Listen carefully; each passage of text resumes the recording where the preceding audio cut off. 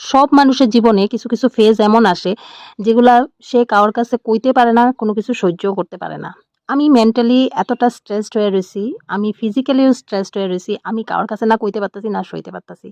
আমার সত্যি মন একদম ভালো না। যেটা আমি তোমাদের কাছে কইতে পারতাছি না। কেন ভালো না, কি আসে বিষয়। যেটা আছে সব আমার মনে আছে। হ্যালো সবাইরে, কেমন আছো সবাই? আশা করতেছি সবাই ভালো আছো। আমার আরেকটা মিনি ব্লগে তোমাদের সবাইকে স্বাগত। হ্যাঁ, এখানে তোমরা অবশ্য সবাই কইতে পারো যে তুমি যদি এতই কষ্টে আছো তো রিল ভিডিও কিভাবে শেয়ার করতেছো?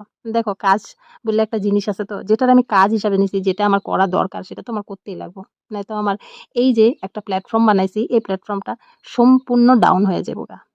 যেমন দোকান বন্ধ রাখলে গ্রাহক আসে না, তেমনি আমি যদি আমার প্ল্যাটফর্মটা বন্ধ করে রাখি আমার রিচটাও ডাউন হয়ে যাবে। তাহলে কিছু, কিছু ছোট, ছোট ভিডিও তোমাদের কাছে শেয়ার করি। এখন যে ভিডিওটা দেখতেছো এটা শিবরাত্রির পরের দিনের ভিডিও।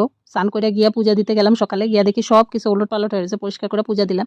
আর ঝটপট স্নান করার একটাই কারণ আমার একটা অনেক দিনের কাজ পেন্ডিং হয়ে রয়েছে। তো ভাবলাম কাজটা করে আসি। হঠাৎ তপন কইলো যে চলো কাজটা কইরা আসি। তো সকালবেলা ব্রেকফাস্টটা বানায় দিয়া ওরে দিলাম। ও খাইলো। আমিও কিছু একটু খাইয়া বাইরে গেলাম। আর এই জায়গাটা হয়তো অনেকে চিনবা ঢেকিয়াজুলি থেকে যারা আমারে দেখতেছো। এটা হলো সিরাজুলি ডন বস্কো হাই স্কুল। এখানে আমার মেয়ে একসময় পড়াশোনা করতো। তো ওই স্কুলে গেছিলাম, কিছু কাজ আছিল। তো আধা কইরা কাজটা আইসা পড়ছিলাম। আইসা আগের দিনে শিবরাত্রি করছিলাম দেখে কিছুটা প্রসাদ ছিল, সাবুকলা খাওয়া হয় নাই। ওইটা বইসা, বইসা খাইলাম। রান্না করলাম, তারপরে গেলাম প্রসাদ খাইতে। যেহেতু আমি আগের দিনে চতুর্দশীতে জল ঢেলেছিলাম শিবের মাথায়।